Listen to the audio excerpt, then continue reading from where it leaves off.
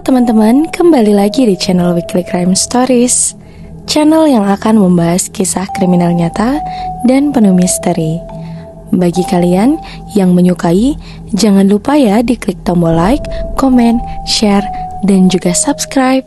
Untuk kali ini, kita akan membahas kisah tragis yang mungkin tidak masuk di akal karena kekejian yang dilakukan pelaku ini dengan memperbudak wanita lain untuk sebuah kepuasan, dan istrinya pun ikut andil dalam kekejian ini.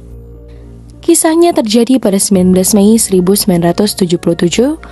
Colleen Stan, seorang wanita berusia 20 tahun yang ceria dan penuh impian untuk menjelajahi dunia di luar kota kecilnya.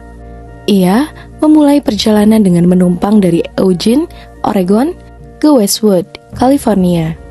Ia pun berencana untuk mengejutkan seorang teman di pesta ulang tahun. Keputusannya ini spontan yang berubah menjadi mimpi buruk selama bertahun-tahun. Colleen adalah seorang penumpang berpengalaman. Ia memahami resikonya, mempercayai nalurinya, dan menolak dua tumpangan sebelum sebuah van biru berhenti. Di dalamnya ada Cameron Hooker, istrinya bernama Janice, dan juga bayi mereka. Kehadiran keluarga ini tampak menenangkan. Colleen, ketika masuk ke dalam van, ia tidak tahu bahwa ia sedang memasuki perangkap seorang pria dengan fantasi sadis yang akan menghancurkan rasa kebebasan dan keamanannya. Rasa tidak nyaman pun mulai muncul di sebuah pom bensin. Saat menggunakan toilet, Colleen mendengar suara di kepalanya yang menyuruhnya untuk lari. Jangan pernah menoleh ke belakang. Namun, ia mengabaikan ketakutannya, meyakinkan dirinya bahwa ia hanya terlalu khawatir. Beberapa menit kemudian, saat mereka melewati jalan terpencil di Red Bluff, California, Cameron membelok dari jalan raya dengan alasan ingin melihat gua. Apa yang terjadi selanjutnya menghancurkan dunianya. Janice pun keluar dari van bersama bayi, sementara Cameron menerjang Colleen dengan pisau. Ia pun mengikatnya, menutup matanya, dan memasangkan kotak kepala kayu buatan yang menyesakkan, menghalangi suara, cahaya, dan bahkan udara segar. Cameron Hooker lahir pada 5 November 1953, adalah seorang pekerja pabrik kayu dengan kehidupan tersembunyi penuh fantasi gelap.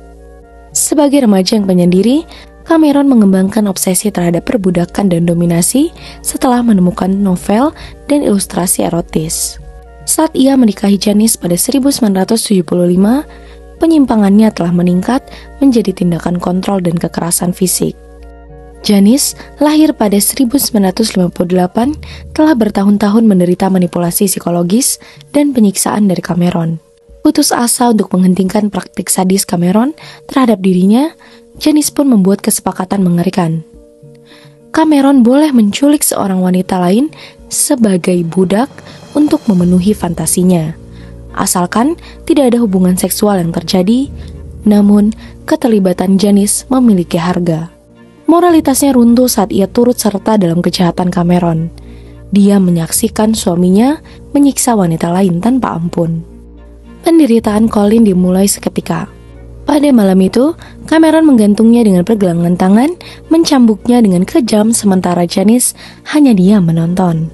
Selama berjam-jam, Colleen tergantung tanpa daya, sementara pasangan itu memuaskan diri mereka sendiri.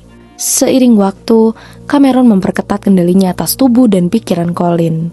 Ia pun menciptakan narasi palsu tentang organisasi jahat bernama The Company yang katanya mengawasi setiap gerak-geriknya. Cameron pun mengklaim bahwa setiap upaya melarikan diri akan menyebabkan keluarganya disiksa dan dibunuh.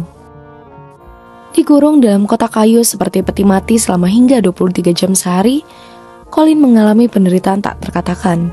Ia diberi makanan sisa, mengalami pelecehan seksual yang brutal, dan dijauhkan dari cahaya serta udara segar. Kepercayaannya kepada Tuhan menjadi satu-satunya pijakan, memberinya kekuatan untuk bertahan di tengah penderitaan tanpa henti. Saat Colleen dikurung di bawah ranjang air mereka, Cameron dan Janice menjalani kehidupan yang tampak normal. Para tetangga pun menggambarkan mereka sebagai pasangan pendiam yang membesarkan dua anak di rumah mobil. Namun, di balik penampilan itu, tersembunyi rumah penuh teror. Pada 1978, Colleen dipaksa menandatangani kontrak perbudakan secara resmi menyerahkan kebebasan kepada Cameron.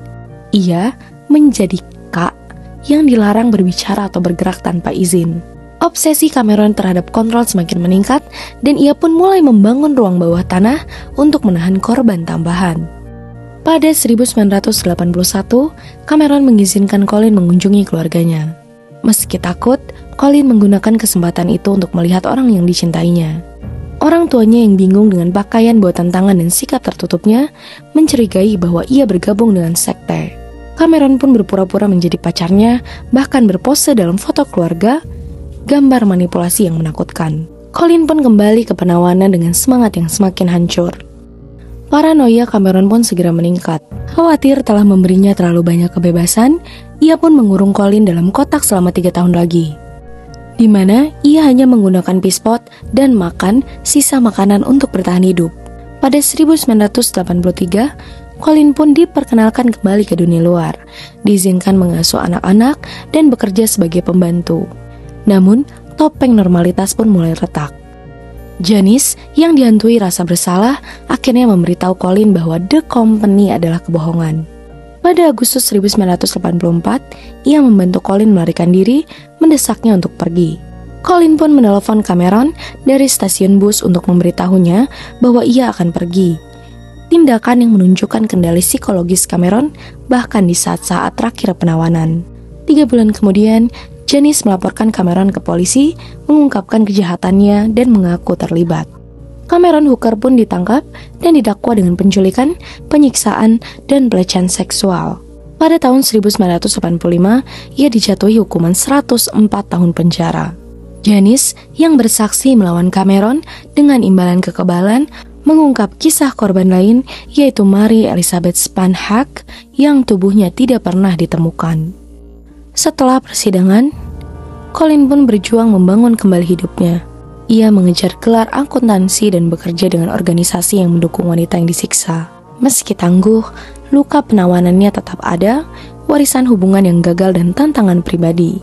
Sementara itu, Janice memulai hidup baru menjadi profesional kesehatan mental. Cameron Hooker tetap dipenjara, beberapa kali ditolak pembebasan bersyarat. Bagi Colin Stan, kisahnya adalah bukti ketahanan manusia, cerita tentang teror yang tak terbayangkan, dan kekuatan iman serta harapan yang bertahan. Bagi kalian yang menyukai kisah kriminal misteri seperti ini, jangan lupa ya dibantu diklik like, komen, share, dan juga subscribe. Dan untuk para penonton dan komentator setia Weekly Crime Stories, terima kasih telah membantu Weekly Crime Stories menjadi lebih baik lagi. Terima kasih.